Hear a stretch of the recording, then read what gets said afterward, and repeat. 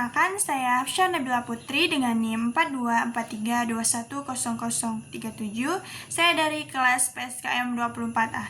Di sini saya akan menjelaskan materi Pancasila pada bab pertama dengan judul Pengantar Pendidikan Pancasila dengan dosen pengampu Dr. Muhammad Irfan Mor.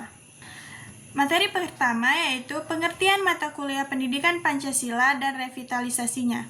Mata kuliah pendidikan Pancasila merupakan bagian penting dalam sistem pendidikan tinggi yang berfungsi menanamkan nilai-nilai dasar Pancasila kepada peserta didik. Pendidikan ini bertujuan agar mahasiswa memahami, menghayati, dan mengamalkan nilai-nilai Pancasila dalam kehidupan pribadi, bermasyarakat, bernegara, dan berbangsa. Revitalisasi pendidikan Pancasila berarti upaya memperkuat kembali kedudukan dan fungsi mata kuliah ini di tengah arus globalisasi, modernisasi, serta perkembangan teknologi yang membawa perubahan nilai di kalangan generasi muda. Melalui revitalisasi, pendidikan Pancasila diharapkan menjadi sarana pembentukan karakter, moral, dan kepribadian bangsa yang sesuai dengan cita-cita pendiri bangsa. Selanjutnya, dinamika dan tantangan pendidikan Pancasila. Pendidikan Pancasila terus mengalami dinamika seiring perkembangan zaman. Dalam konteks saat ini, tantangan utama yang dihadapi adalah menurunnya pemahaman generasi muda terhadap ideologi Pancasila akibat pengaruh globalisasi, kemajuan teknologi informasi, serta pergeseran nilai budaya. Banyak mahasiswa yang lebih mengenai nilai-nilai luar dibandingkan dengan nilai-nilai luhur bangsanya sendiri. Oleh karena itu, tantangan bagi penyelenggara pendidikan adalah bagaimana menjadikan pembelajaran Pancasila lebih menarik, kontekstual, dan relevan dengan kehidupan modern. Selain itu, dinamika politik, ekonomi, dan sosial menuntut penyesuaian dalam penyampaian materi agar nilai Pancasila tetap aktual dan mampu membentuk kesadaran kebangsaan yang kuat. Selanjutnya, pentingnya mata kuliah pendidikan Pancasila yaitu berfungsi sebagai sarana pembentukan karakter, moral, dan jati diri bangsa. Melalui mata kuliah ini, mahasiswa dibekali pemahaman tentang nilai dasar kehidupan berbangsa seperti keadilan, persatuan, kemanusiaan, dan tanggung jawab. Selain itu, pendidikan Pancasila memperkuat kesadaran akan hak dan kewajiban sebagai warga negara, serta menumbuhkan sikap cinta tanah air. Dalam konteks perguruan tinggi, mata kuliah ini berperan sebagai fondasi bagi pengembangan ilmu pengetahuan dan teknologi yang beretika serta berlandaskan nilai-nilai kebangsaan. Tanpa pemahaman terhadap Pancasila, kemajuan pendidikan tinggi akan kehilangan arah moral dan jati diri bangsa Indonesia. Oke, selanjutnya adalah landasan dan dasar-dasar pemikiran pendidikan Pancasila. Pendidikan Pancasila memiliki 4 dasar utama yaitu historis, filosofis, sosio-kultural, dan yuridis. Secara historis, Pancasila lahir dari perjuangan bangsa Indonesia dalam meraih kemerdekaan dan dirumuskan dalam sidang BPUPKI dan serta disahkan pada sidang PPKI tahun 1945.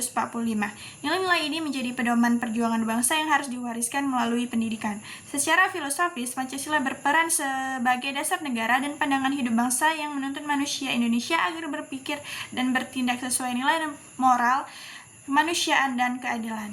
Dari sisi sosiokultural, pendidikan Pancasila bersumber dari nilai budaya seperti gotong royong, musyawarah, dan toleransi yang menjadi identitas bangsa dan perlu dijaga di era globalisasi. Sedangkan yuridis, landasan pendidikan Pancasila tertuang dalam Undang-Undang Dasar 1945 dan Undang-Undang Nomor 12 Tahun 2012 tentang Pendidikan Tinggi yang menetapkan mata kuliah ini sebagai wajib bagi seluruh mahasiswa. Selanjutnya, kerangka konseptual pendidikan Pancasila. Kerangka konseptual pendidikan Pancasila dibangun atas pemahaman bahwa pendidikan ini merupakan proses pembentukan karakter dan moral berdasarkan nilai-nilai luhur bangsa. Pendidikan Pancasila bukan hanya sekedar transfer pengetahuan, tetapi juga internalisasi nilai-nilai dalam kehidupan nyata. Oleh karena itu, pembelajarannya harus melibatkan aspek kognitif, afektif, dan psikomotorik. Pendekatan yang digunakan bersifat partisipatif, reflektif, dan aplikatif agar mahasiswa tidak hanya memahami secara teoritis, tapi juga mampu menerapkannya. Dalam konteks ini, Pancasila menjadi dasar berpikir, bersikap, dan bertindak dalam menghadapi tantangan kehidupan berbangsa dan bernegara. Selanjutnya ada visi dan misi pendidikan Pancasila. Visi pendidikan Pancasila adalah mewujudkan generasi muda yang memiliki karakter kuat, integritas tinggi, dan semangat kebangsaan berdasarkan nilai-nilai Pancasila. Visi ini menggambarkan cita-cita untuk membentuk manusia Indonesia yang beriman, berilmu, dan berakhlak mulia. Misi pendidikan Pancasila antara lain menanamkan nilai Pancasila dalam kehidupan akademik dan sosial, mengembangkan kesadaran berbangsa dan bernegara, serta membentuk pola pikir yang rasional dan moral dalam menyikapi persoalan kehidupan. Melalui visi dan misi ini, pendidikan Pancasila diharapkan mampu menjadi alasan moral bagi pembangunan nasional. Selanjutnya, tujuan dan capaian penyelenggaraan pembelajaran pendidikan Pancasila. Tujuan utama penyelenggaraan pendidikan Pancasila adalah membentuk mahasiswa yang memiliki pemahaman mendalam tentang Pancasila serta ideologi negara dan dasar moral dalam kehidupan. Pembelajaran ini juga bertujuan menumbuhkan rasa tanggung jawab, kejujuran, toleransi, serta sikap gotong royong dalam berinteraksi dengan masyarakat. Capaian pembelajarannya meliputi kemampuan mahasiswa untuk berpikir kritis, bersikap etis, serta mengaplikasikan nilai-nilai Pancasila dalam pengambilan keputusan baik di lingkungan akademik maupun dalam kehidupan sosial sehari-hari.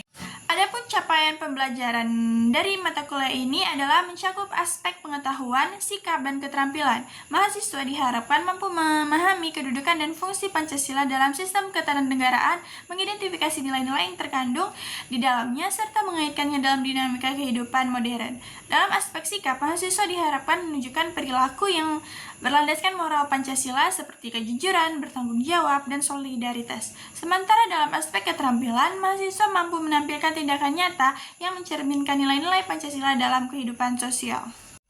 Selanjutnya, menggali sumber historis, sosiologis, yuridis, dan politik pendidikan Pancasila.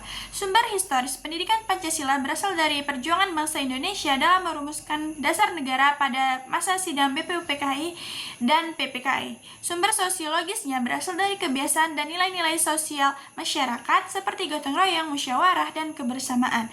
Sumber yuridisnya tercermin dalam konstitusi dan berbagai peraturan perundang-undangan yang menetapkan Pancasila sebagai dasar negara. Sedangkan sumber politiknya terletak pada kedudukan Pancasila sebagai ideologi politik bangsa yang mengatur sistem pemerintahan dan kehidupan demokratis di Indonesia. Dengan memahami keempat sumber ini, mahasiswa dapat melihat Pancasila bukan hanya sebagai simbol, tetapi sebagai pedoman hidup yang dinamis. Dan yang terakhir, ruang lingkup materi. Materi pendidikan Pancasila mencakup berbagai aspek penting antara lain hakikat dan fungsi Pancasila, kedudukannya sebagai ideologi dasar negara, nilai-nilai yang terkandung di dalamnya, serta penerapannya dalam kehidupan berbangsa dan bernegara. Selain itu, materi ini juga membahas relevansi Pancasila dalam menghadapi tantangan globalisasi, perkembangan teknologi, dan perubahan sosial budaya. Dengan ruang lingkup yang luas ini, mahasiswa diharapkan mampu memahami Pancasila secara menyeluruh, baik dari sisi teoritis maupun praktis, serta mampu mengaktualisasi dalam kehidupan sehari-hari. Sekian yang saya sampaikan, terima kasih.